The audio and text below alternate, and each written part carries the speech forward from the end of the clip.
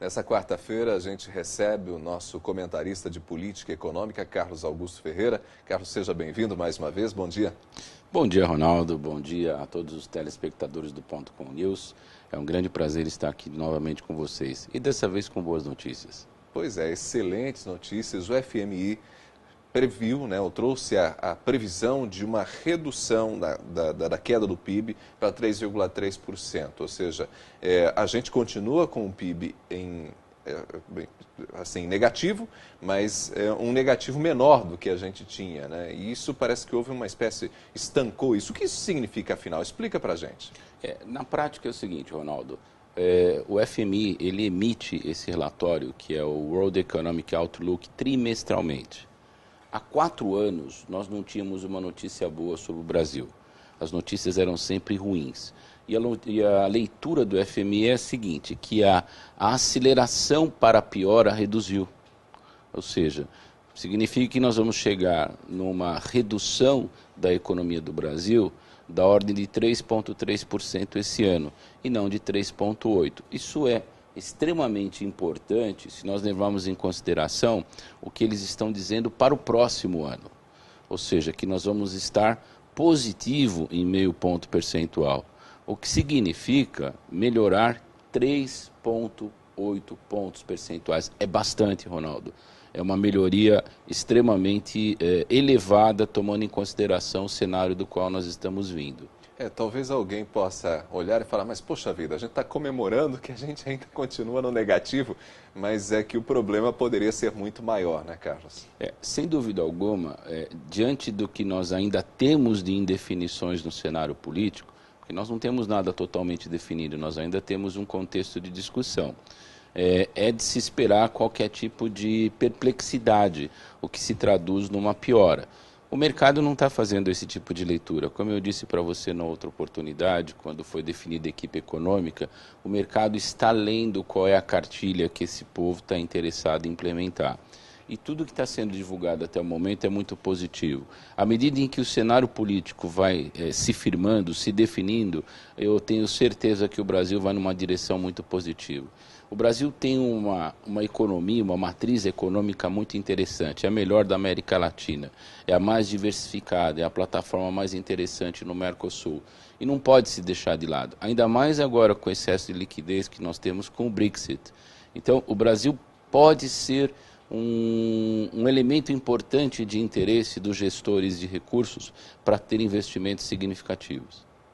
Carlos, eu acho que é importante explicar também para os nossos telespectadores até o que é o FMI, a importância de um relatório como esse emitido pelo FMI. Tá. O Fundo Monetário Internacional nasceu em 1944, é um organismo que congrega 188 países do ponto de vista de gestão de controle monetário, ou seja, a moeda é o mais importante do mundo, é mais importante do que o Banco Mundial. Funciona no sistema de cotas, todos os países que são consignatários são cotistas, então colaboram, e ele dá o termômetro econômico a partir de uma visão monetária. É extremamente importante porque ele é base para as empresas de rating. Então todas as empresas que nos rebaixaram, tiraram o grau de investimento, começam a trabalhar com essa coleta de informação dos outlooks do FMI para reconstruir uma nova nota, o que é bastante interessante para o Brasil. Atualmente ele é presidido por uma francesa, Christine Lagarde, que é bastante conhecida, ela é muito atuante, e eu não tenho assim dúvida alguma que foi um grande presente para nós nesse mês que nós estamos vivendo, esse relatório do FMI. Bom, e você já pontuava que além de reduzir essa previsão de queda do PIB, o FMI trouxe apontamentos positivos para 2017. Sem dúvida alguma, ele enxerga o Brasil crescendo. Crescendo.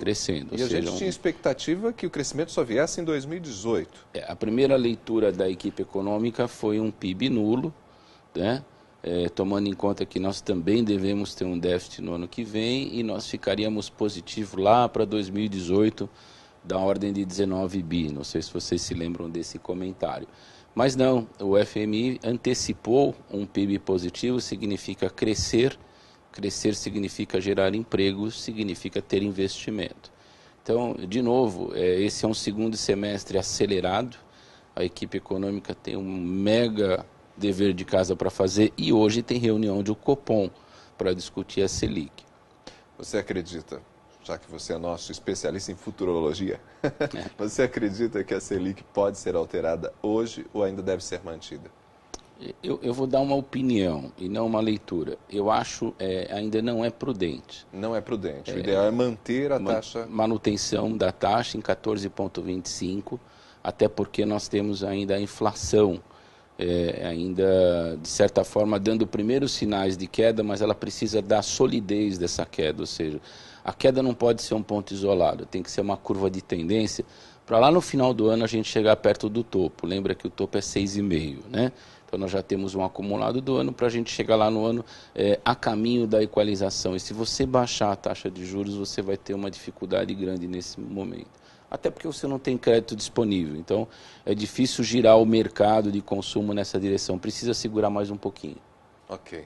Bom, apesar de segurar, digamos assim, a taxa Selic, nós temos então a tendência que ela venha a cair nos próximos meses. O mercado aponta para isso, ou seja, até por esses números que você está apresentando para a gente. Eu trabalho com uma expectativa, Ronaldo, de fechar o ano na ordem 13,25 por aí, o que daria um ponto percentual. Eu acho que muito abaixo não é bom. Eu acho que pode levar a gente numa direção errada quando você chega no fim do ano com uma elevação de despesas e um início de ano em que você tem uma série de elementos que são tipicamente geradores de inflação, como matrícula, materiais escolares, IPVA, etc. Então eu acho que você manter a taxa nesse sentido no final do ano e continuar com essa trajetória de baixa faz sentido prático e traz a economia para um ponto de equilíbrio que ela muito necessita. Bom, esse relatório que o FMI divulgou ontem também traz um pouco o cenário da própria América Latina, o cenário do planeta, né, de todos esses países, mas especificamente o Brasil em relação à América Latina, esse ano e no próximo ano, como está o nosso país nessa relação com os demais? Esse ano nós somos o patinho feio, né? Nós estamos puxando o índice geral para baixo, a nossa contribuição não é uma contribuição positiva, até porque nós estamos encolhendo a economia, né? Os grandes propulsores na direção do crescimento hoje continuam sendo Chile e Peru, acompanhado de Argentina e Colômbia. A Venezuela, ela alterna tanto quanto o petróleo, porque lá é uma caixa preta. Então, na verdade, o Brasil passa a ter um protagonismo no próximo ano, não mudando muito fortemente o índice para cima, mas não puxando ele para baixo. Mas isso é natural pelo próprio tamanho da economia brasileira, né? Se nós estamos bem, todos vão muito bem. Se nós estamos mal, todos vão ter algum tipo de dor. Isso é muito natural e esperado. Mas ontem foi um dia de muita euforia, viu, Ronaldo? A Bolsa fechou lá em cima, né, com 0,38, 56 mil pontos. Me lembro que o recorde da Bolsa foi 60 mil pontos na época da desmutualização. E o dólar continua resistindo em 3,2, 3,25 e aí vai, que é aquele nosso piso que nós imaginamos que ele iria ficar e não deveria sair muito de 3,26, 3,20. Essa 10ª alta consecutiva da Bolsa é efeito de uma espécie de euforia ou é efeito concreto em todos esses dados que a gente começa a ter da economia? Na verdade, Ronaldo, os papéis das empresas brasileiras, de uma forma geral, eles estavam muito sobrevalorizados.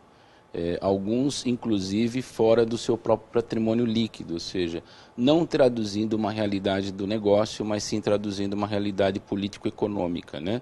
Então, à medida em que você vê esse crescimento, é um realinhamento a patamares mais razoáveis do que, de fato, vale as empresas brasileiras cotadas em bolsa. E ontem, uma das líderes de crescimento foi a Petrobras com 1,99 na PN e 1,24 na ON, ou seja, é aquilo que a gente já falou. 2018 vai ter grande dividendo para quem estiver lá na Petrobras. Eu ainda acredito nisso. Carlos, foi um prazer recebê-lo mais uma vez. Prazer é todo meu, sempre que for possível, e quem sabe amanhã com o resultado da ata do Copom, que vai ser agora divulgada sempre muito mais rápido, a gente pode vir aqui comentar com os telespectadores do Ponto Com News.